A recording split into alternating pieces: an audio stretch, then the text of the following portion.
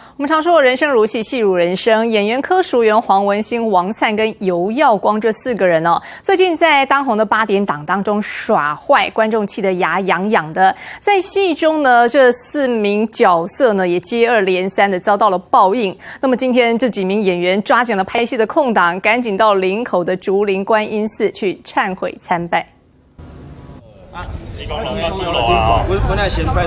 8点档4大恶人齐聚庙宇，民众围观。不过这可不是戏剧内容，而是他们趁着拍戏空档赶来参拜。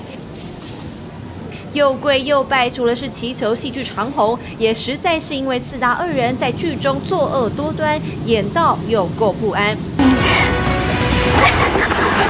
闹警报声。饰演超级渣男的刘家尧屡屡偷吃劈腿，真的气死人。但恶报总算降临。爸，你讲，我现在已经什么拢无啊！没想到长了脑瘤，现在面临动手术的抉择，最严重就是死亡。不止饰演爸爸的柯淑媛心都碎了，看得剧外观众一把鼻涕一把泪。每一个父母都一样，为了儿女都愿意牺牲一切，但是我们要的不是牺牲。我们要的是就是共荣共存，希望说我们的付出能够感动我们的子女。就突然被他的那个戏的，我觉得应该是戏的魅力啦，一个演员戏的魅力的那种，被他渲染到的，被我的真情给感动了。对的。不过可不止这一对父子面临生死，当然后续还有一些让你们意想不到的一些状况。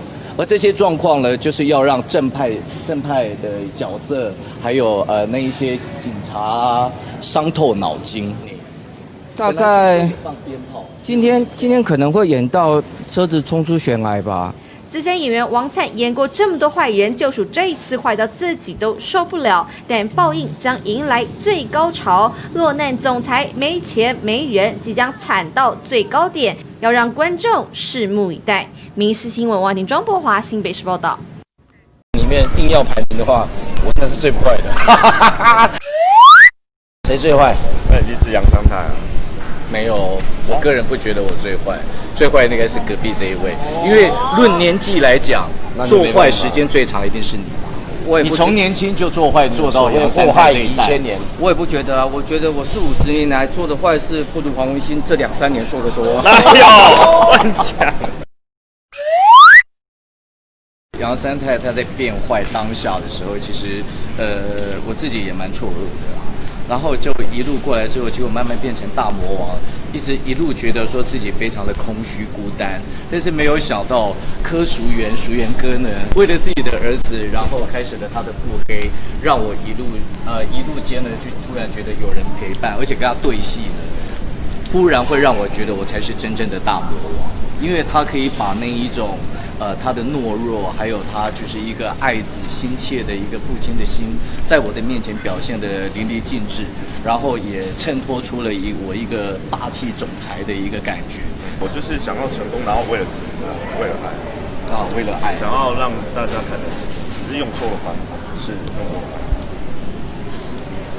其实啊，这个再大的成功都弥补不了家庭的失败。其实我就是一直在弥补我家庭的失败。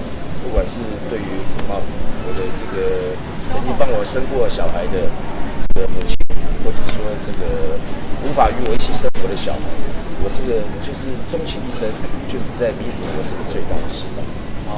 所以只要能够越来越好，我就愿意去做。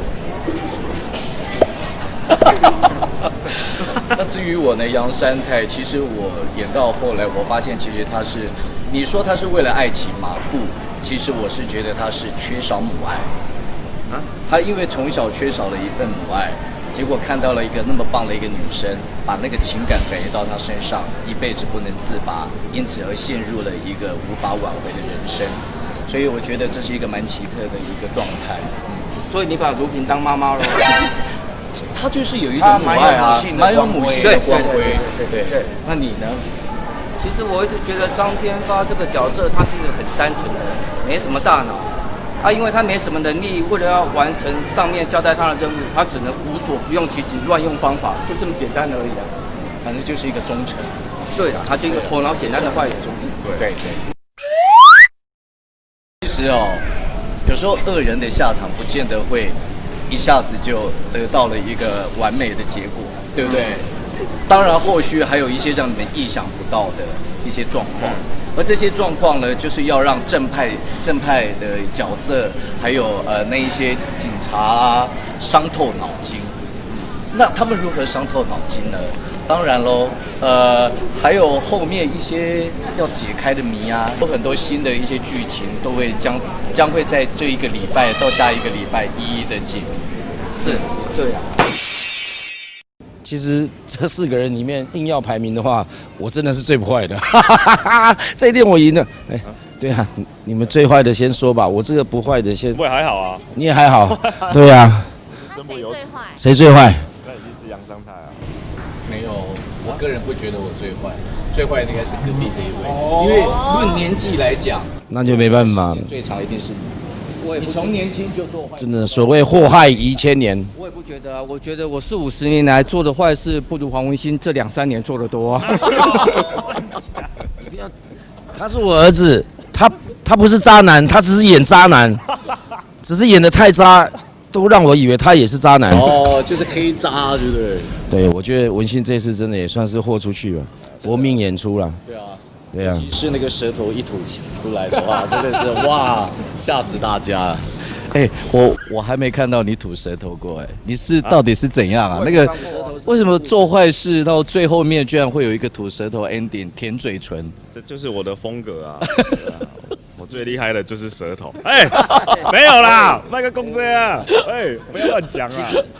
其实本来我一开始的时候，就是杨三太他在变坏当下的时候，其实我自己也蛮错愕的啦。然后就一路过来之后，结果慢慢变成大魔王，一路觉得说自己非常的空虚孤单，但是没有想到柯淑媛哥呢，哇靠！为了自己的儿子，然后开始了他的腹黑，让我一路间呢，就突然觉得有人陪伴，而且跟他对戏呢。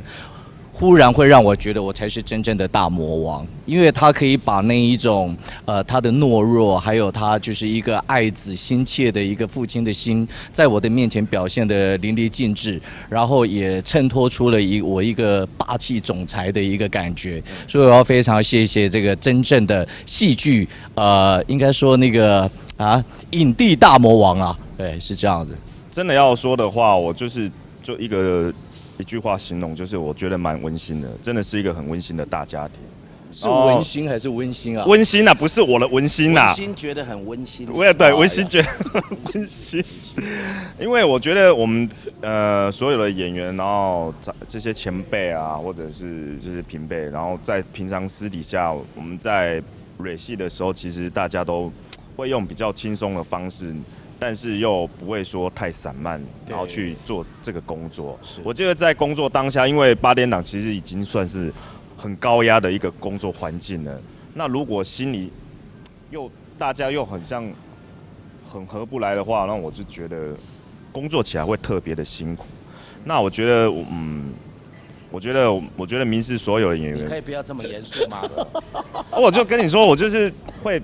这个会比较严肃一点啦，温馨觉得很温馨。对啦，就是很温馨。他就是想说，要我讲，想说在其他电视台都没有这么强的对手。他跟我说，其他的台都比较弱。没有，你不要这样讲，你不要这样讲。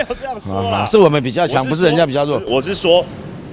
我在其他电视台或者是在其他的工作环境，没有这么温馨过啦，对不对？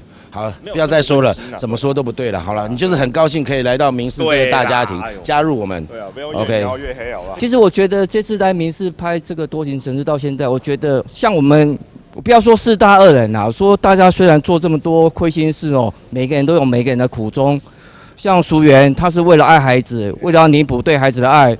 像文心，他是为了要求成功，让人家看得起他。像我的总裁三太，他只是爱错人而已。像我就很单纯，我只是要完成他交代我的任务。每个人都有每个人的苦衷啊。错人啊！你本来以为你的下场会怎样？我本来以为我的下场会跟慧君结婚啊。那这个是蛮期待的。对啊，这对我是一种报应呢。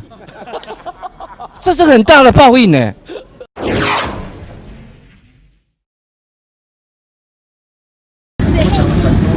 对，让我们透露一下。吗？近一点，4个人还是2个人？我当然喽，一定是祈求神明，首先保佑呢。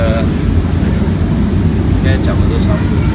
我当然是祈求了神明能够保佑我们所有民事上上下下，还有多情城市剧组的幕前幕后工作人员呢拍摄辛苦，然后他能够保佑我们努力所呈现出来的戏剧效果呢，能够给观众朋友许多的一些娱乐效果，寓教于乐的一个喜剧。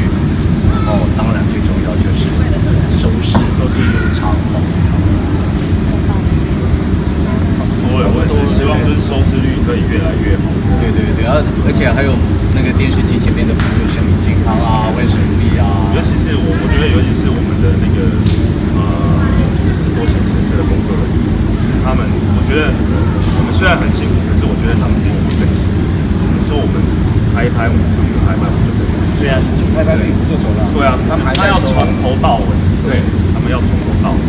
对，说是真的。其实现在好很多了啦，对，好很多，真的好很多了。我觉得这次的改革真的是非常棒。有啦，其实我偷透露一个，我有祝福在场的3位能够越来越年轻，越来越帅，然后呢赚越多的钱。没关系的，我觉得钱财乃身外之物吧。